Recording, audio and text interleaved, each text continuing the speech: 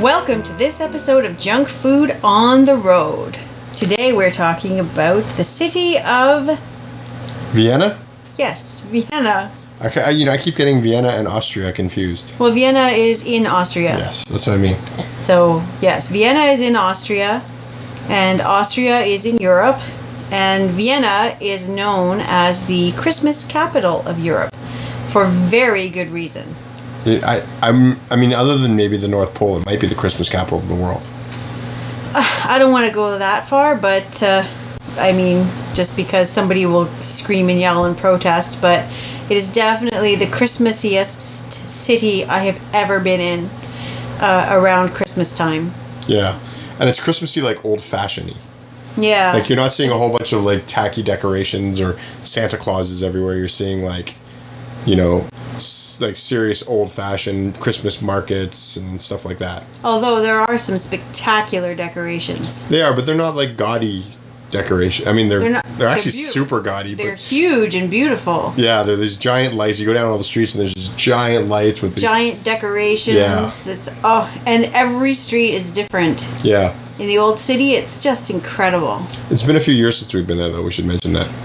Yeah, well, we were there.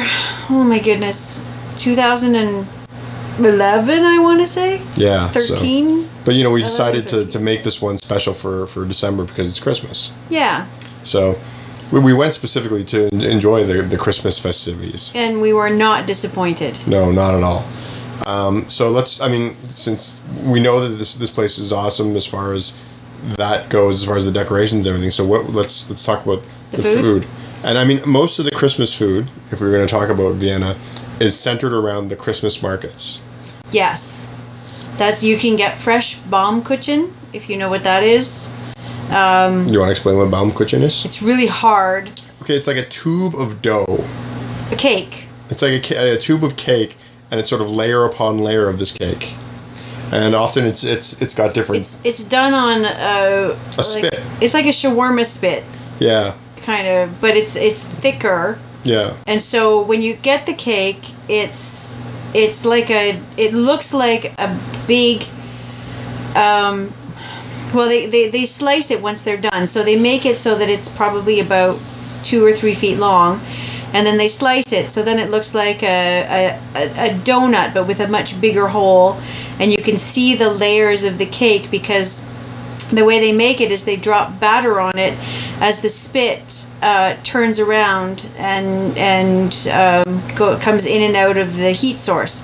Well, the spit itself stays constant, but each side of the cake gets the heat source at a different time, so it's just sort of like a layered thing. So it kind of looks almost like a cross-section of a tree. Sort of, yeah. But with a big hole in the middle. They're very popular in Japan as well, this Baumkuchen, but they make them much neater and tidier, and it's like this super sort of organized cake, whereas the ones in Germany are just like these, they're messier, but kind of in a good way. And at Christmas time, you can get them fresh and warm. Yeah, there's little stalls that they're making them. Those are really cool. If you're willing to line up for long enough. Yeah. The other thing that I got was Dickmann. The Dickmann, is that a Christmas food? Well, yeah, they have the ice cream. Remember we got them? Oh, yeah. Yeah, in the markets they have them. Like they sell them in the stores. It's like it's a marshmallowy thing. They call them Super Dickmann, which is the funniest name ever for a candy. If you're not German, I assume, or Austrian. But in the markets they sell them. It's basically it's a marshmallow. Sometimes there's a little wafer on the bottom, and then it's covered in chocolate. But it's not like one of those Mallow Puffs, in that it's a much. It's got a lot more marshmallow in, and they're much taller. Yeah, and so, but the one you get in the market is actually looks like a soft serve ice cream cone, except substitute the ice cream for marshmallow. It was ice cream? It looked like an ice cream cone. Oh, but okay. But substitute the ice cream for marshmallow. Yes, so it's an ice cream cone looking thing, but made of marshmallow. Yeah, it looks exactly like a soft serve ice cream cone, but instead of ice cream, it's marshmallow. And covered in chocolate. And covered in chocolate, it's like dipped. Right. Like it had the regular cone, like an ice cream cone, and then it had like chocolate dip. So it just literally just looked like a chocolate dip ice cream cone. But it was marshmallow. But it was marshmallow. I didn't really pay much attention because I don't really like marshmallow. And also because you had something kind of special at the same time. I had something super awesome. I had a stick with chocolate-covered grapes. You don't think of chocolate-covered grapes. No, and it was kind of weird, I've got to say. Chocolate-covered strawberries on a stick I've had in other places. Yep. Chocolate-covered bananas on a stick. But never chocolate-covered grapes. And they were like those big, gigantic, super juicy grapes. And so I have to say I'm really happy I tried them. I don't really know if I need to eat them again. Yeah. I think that if they had been less juicy, it might have been a better experience. It wasn't an unpleasant experience, but it wasn't one of those, yum, this is like my new favorite snack food. Yeah. So I'm trying to think of what else they had. Worst.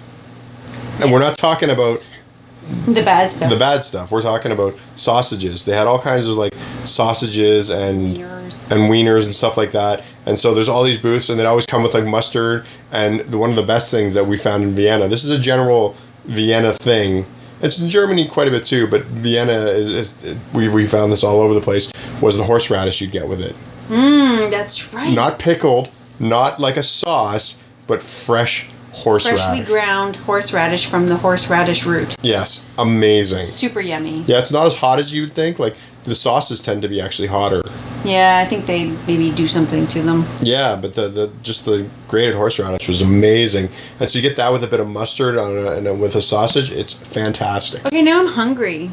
Well, we can't. You want to take a break and eat? No, I want to take a break and go to Vienna. Okay, maybe we should. And then we'll record another episode of this, but it won't be a Christmas one. Although it's Christmas now, so I guess technically. Wow, now I'm confused. Well, by the time we book a flight and get there, it'll be Boxing Day, so. Yeah, exactly. So I mean, that is definitely, though, I mean, the regular food you can get there is fantastic, too. These Christmas markets have everything. One of the things that's food-related, but not food itself, was the Christmas ornaments. How is that food-related? Remember the pickle? The mustards? Pickle. They have all kinds of food stuff, and I've heard this is actually something I learned later on, is that decorating your tree with foodstuffs is a very sort of German and Austrian thing to do. And the tradition, and it built off where the most sort of famous of these foodstuffs is the pickle. And nobody's really sure whether or not the tradition of there's this hide a pickle thing in your tree. Oh, so you're supposed to hide the pickle. You're supposed to hide the pickle in your tree, and then there's a prize for whoever finds it first. So that's a real thing? That's a real thing, but nobody's really sure if it's a German-Austrian thing or if it's something that came from the diaspora from Germany and Austria that sort of became popular in North America. But then made it back to Austria anyway. Well, no, the pickle and the decorations have always been there. Oh, but the hide the pickle? The hide the pickle game might only be a North American thing. Yeah. So, but there's all kinds of decorations with food and everything like that, and it was really kind of neat. Yes. And, and then there was some of the, I don't know if we're going to do another Vienna podcast. No. But, so, some of the more famous treats that you get in Vienna are the things like Sachertorte, which I wasn't overly impressed with. It's sugar cake, basically. Yeah, Sachertorte, sugar pie. Sugar pie. But it's like a cake. It's almost like a Greek walnut cake without any of the yumminess. I'll tell you the problem with the Sachertorte for me. You look at it and it's this sort of nice brown cake, and you can tell yourself a million times, but every time you bite into it, you think this should be chocolate, and it's not. It's just not chocolate. Jinx on you. Well, this would be the worst podcast ever. That would be hilarious. But so me talking. For not a big Sachertorte fan. And then there was all the marzipan. Yeah, the marzipan. Well, the marzipan. There's another that Mozart candy thing. Well, no, let's get back to the marzipan for a second. Okay, but the Mozart candy's made of marzipan. Yeah. But there's actually a holiday tradition for marzipan, and I think it has something to do with New Year's, and it's about a marzipan pig. Oh, I remember all the marzipan pigs. Yeah, somebody told us that there was something to do with it was good luck to have a marzipan pig for New Year's. So It's not. I mean, Are you supposed to eat it or just have it? I don't know. I think you're probably supposed to eat it. You're supposed to have it, and you're supposed to have your pig and eat it too. I guess so. Yeah. Okay. The other thing about marzipan in Vienna that we found was fake food made of marzipan. Yeah. There was all these and it'd be like a plate of sausages, like the ones you get in the markets for the holidays, and they would look very convincing, but it'd be made of marzipan. That would be very disappointing. I don't really understand what. It's funny because I love Vienna so much, but talking about their sort of famous foods, I'm thinking, this is not a food destination for me. Although, you know what I did love? The Chinese food stands. Yes, strangely enough, Vienna has all these little stalls that do noodles and all kinds of Chinese food, and it's so good. And it's so typical. It's like those little trapezoid boxes that you get. It's actually an upside down frustrum if anybody's a math nerd. And you get that with your plastic fork or your chopsticks, depending on how you want to eat it. And it's so fun. You can get little single serving frustrum boxes. Yeah. and it's a great on-the-go thing, or, if you're just wandering around and you want to get a snack, it's a great thing to get. Yeah. Yeah, it's absolutely awesome. Highly recommend it. Oh, and super yummy. They do such a good job at it. Yeah, I mean, and you were saying the food isn't good. I mean, I didn't say the food isn't good. I said when you think about the snack food, I think it's not a snack food destination.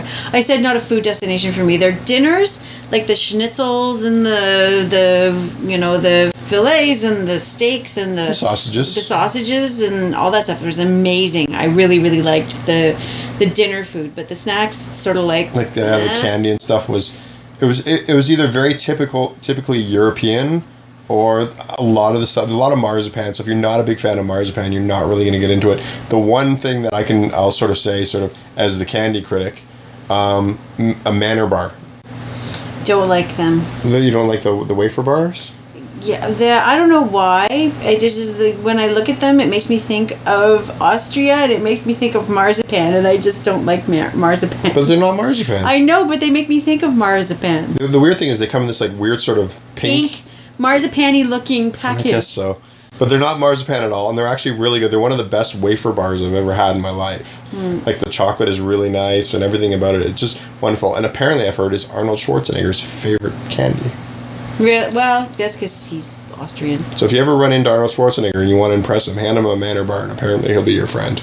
And they also have, oh my god, the name is escaping me now, that Belgian cookie that they make the paste out of.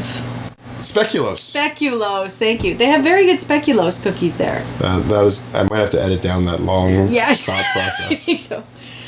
So they have very good speculoos cookies, and they have that interesting cafe where you can get ice cream in the shapes of other foods. They're into doing stuff in the shapes of other foods. They've got the marzipans, and then they've got the ice cream. Yeah, that's starting to become a trend. I've seen it in other places in and around North America, and sort of seen stuff like that. But definitely Vienna was the first place we ever saw it. Yeah. And we got Sorry.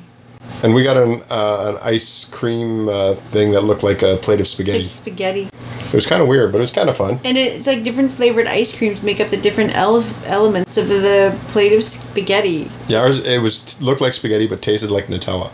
Yeah, that's right. The meatballs on top, I think, were Nutella, and I don't know what the bolognese sauce was made of. Yeah, it was kind of cool. Red velvet, maybe? Yeah, I don't remember. And then vanilla cream or something for the spaghetti noodles.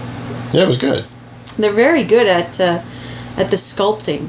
Yeah, it's very sort of detailed and everything like that. And it's much like the marzipan treats that we found. They were sort of, had all different kinds of shapes, and it's weird to make snacks and sweets that aren't what they look like. To me, that's always sort of been a weird thing. I enjoy it. It's kind of a neat gimmick, but so many people do it. I mean, in Vienna they do it very well, but there's this whole trend about it, and it just completely baffles me as to why it works, but it does. Yeah, I guess I guess when you take it, it's if you have something that tastes good anyway, and then you add a fun factor, it just sort of makes it that much better an experience. Yeah. I had an idea for the last thing we should talk about. It's a Christmas market thing again. Oh, good, because I was done. I have the glue wine. Oh, I was thinking of the glue wine earlier, and then I completely forgot. Yeah, Probably 'cause glue I wine had and to. ciders. They had ciders too. And hot chocolate. Their hot chocolate was really good. One of the great things that you can do if you're there for the Christmas markets is just if it's a little chilly. There's so many places to get all kinds of things. Glue wine is I don't know. Mulled wine basically. Very popular. It's everywhere. A lot of drunk people because of it. Mm-hmm. But it really sort of warms your cockles. And as does the hot chocolate. Yeah, there's a hot chocolate and everything does too. Or is it, what is it? It's drinking chocolate, right? Yeah, they have drinking chocolate, and then they also had ciders. Like I think they had apple ciders and stuff. Ciders. So all really great stuff. And all warm or hot. That's generally the thing about treats in the markets. If you think about it, the sort of overarching thing, except for the marshmallow and the chocolate covered fruit and stuff, which is quite common. But a lot of the stuff is about sort of warming you up. Yeah, the Baumkuchen, and there were other warm treats that I don't think we ever tried, and now because it's been so long, I don't remember what they were. There was also fancy cookies. Remember, they had like these they were big fancy cookies and they had like names on them and everything? Sort of. Yeah, sort of like gingerbread cookies. They had like really fancy decorated cookies and stuff like that too. I also seem to remember things like something like waffles or crepes or something like being cooked and served. Yeah, I wouldn't be surprised crepes in particular is probably a popular thing. I wouldn't really call that, to me that didn't feel like... Well, it's not Austrian. Yeah, it didn't feel like the Austrian experience. There was something else. So it was always near the glue wine and drinking chocolate booths. There was always something else that was being cooked, and it was something sweet. I just don't remember. I thought it was crepes. Maybe it was. I thought it was something different. I thought it was some sort of cakey thing. On a complete random note, we went to go visit Mozart's grave, or this graveyard where he is, and they had a little monument, and somebody put bananas there as like a. I totally do not remember that. Yes, I remember visiting Mozart's sort of the graveyard because nobody knows where Mozart is actually buried. No, but it's the graveyard, and then there's like a little sort of area where they sort of. It's like think he might be, or at least it's like a monument. I don't remember the bananas. But somebody put bananas next to it, and that just seems weird. We also visited the graves of a lot of other famous composers. There was Schubert and Beethoven and a couple of others, all sort of in a little semicircle together. But nobody left bananas. And that was at a different graveyard. Yeah. But in general, I would say Austria, it's a fine place for food. I mean, very similar to German food. Which you would expect. But Vienna itself is a spectacular city to visit. It's a great city, walkable, really nice, and in Christmas, it's absolutely beautiful. So I think we could probably wrap this up. Yeah, I can't think of anything else junk foody. No. I could think of a bajillion touristy things to talk about, but... Yeah, then, you're going to find your standard European junk food there.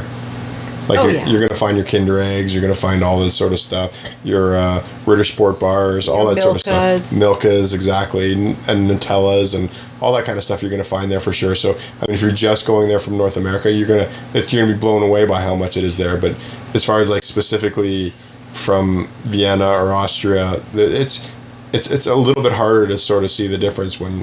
Well, especially, like, it's so similar to Germany as well. Like, the Baumkuchen, I think, comes from Germany. Yeah, and even the Christmas markets you find those in Germany as well. You can get Mozart head-shaped cookie cutters. Yes, if you happen to want Mozart head-shaped cookies, this is how you do it. Yeah. So there is all kinds of cool Mozart stuff there. Yeah, I think you have to go to the Mozart Museum to get the cookie cutters. Yeah. I got one for my mom. But you will find a lot of Mozart-y stuff there. Yes, even the most famous chocolate, the thing we were talking about earlier, the marzipan. You know what? People are going to get really, really bored because we spent the first 5 minutes not talking about food and the last 5 minutes not talking about food. Okay. So I guess we'll end this off. Yes, please. So thanks for listening to Junk Food on the Road. This is our special Christmas Vienna episode. Christmas Vienna. How about Christmas in Vienna episode? Christmas in Vienna episode. As always, you can follow us on Twitter @CandyCritic, or you can go to candycritic.org and find links to all of our other social media. If you're listening to this on YouTube, you can hit subscribe and like and all that stuff. And you can go to www.candycritic.org/junkfood, JUNKFUD, and find links to all of our old podcasts and our show, Chris, Why Would You Eat That? So Merry Christmas and Happy New Year. Happy Hanukkah. And any other holiday. Merry Kwanzaa. I don't know what else is going on. Any other holiday you might be celebrating. Or if you're not, just enjoy the long weekend that you're probably going to get off work. Happy birthday to the Prime Minister of Pakistan. Yay. Bye. Bye.